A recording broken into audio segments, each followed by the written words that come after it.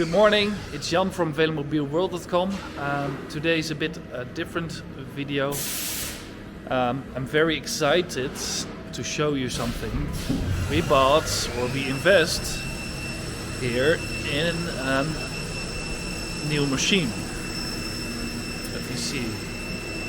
So, you can Google it. It's an ST20 YKK Haas with a bar feeder. So here we have the bar feeder. So here all the bars getting in, and so it puts every time a bar in the lathe.